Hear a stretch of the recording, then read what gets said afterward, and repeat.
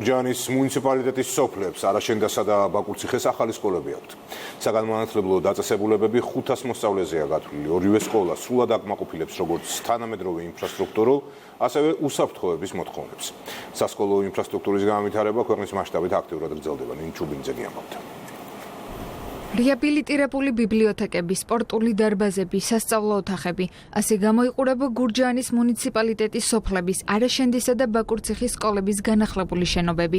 მასშტაბური ინფრასტრუქტურული პროექტების ფარგლებში, სასწავლებლებში საბუნებისმეტყველო და კომპიუტერული ლაბორატორიები შეიქმნა. ჩვენი სამინისტროს მთავარი მიზანი არის არა მხოლოდ ინფრასტრუქტურული განვითარება და გაუმჯობესება სკოლების, არამედ შინაარსობრივი დახვეწა, პედაგოგების განვითარებაზე და წინსვლაზე ზრუნვა და რა თქმა უნდა სასწავლო გარემოს გაუმჯობესება. სოფელ არაშენდისა და ბაკურციხის სკოლები 500 მოსწავლისთვისაა გათვალისწინებული. რეაბილიტაციის ფარგლებში მოეწყო ღია და დახურული სპორტული ინფრასტრუქტურა, დაემატა რეკრეაციული ზონები.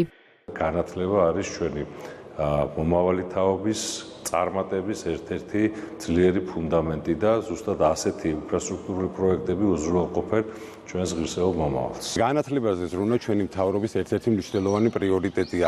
აღნიშნულიდან გამომდინარე, საგანმანათლებლო ინფრასტრუქტურის რეაბილიტაცია, მშენებლობა კახეთის რეგიონში უწყვეტ რეჟიმში მიმდინარეობს.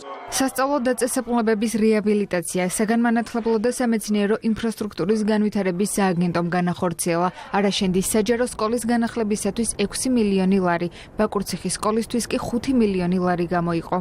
ეს არის უმაღლესი სტანდარტის განხორციელებული სამუშაოები, რაც იძლევა ჯანსაღი გარემოს შექმნისა და ევროპული სტანდარტის განათლების მიცემის ყველანაირ შესაძლებლობას ჩვენი მოზარდი თაობისთვის. მისასალმებელია ის გარემოება, რომ ამ პროცესში ცენტრალურ ხელისუფლებასთან ერთად ადგილობრივი ხელისუფლება აქტიურად იყო ჩართული. ძალიან მნიშვნელოვანია, რომ ჩვენი მოსწავლეები უსაფრთხო გარემოში მიიღებენ განათლებას. კიდევ ერთხელ მინდა მიულოცო აღნიშნული დღე ჩვენს მოსწავლეებს, განსაკუთრებით კი ბავშვებს. 2024 სასწავლო წლიდან დღემდე კახეთის რეგიონში აშენდა, სრულად განახლდა და ნაწილობრივი რეაბილიტაცია ჩაუტარდა 45-მდე საჯარო სკოლას. შედეგად სასწავლო გარემო 5000-ზე მეტი მოსწავლისათვის გაუმჯობესდა.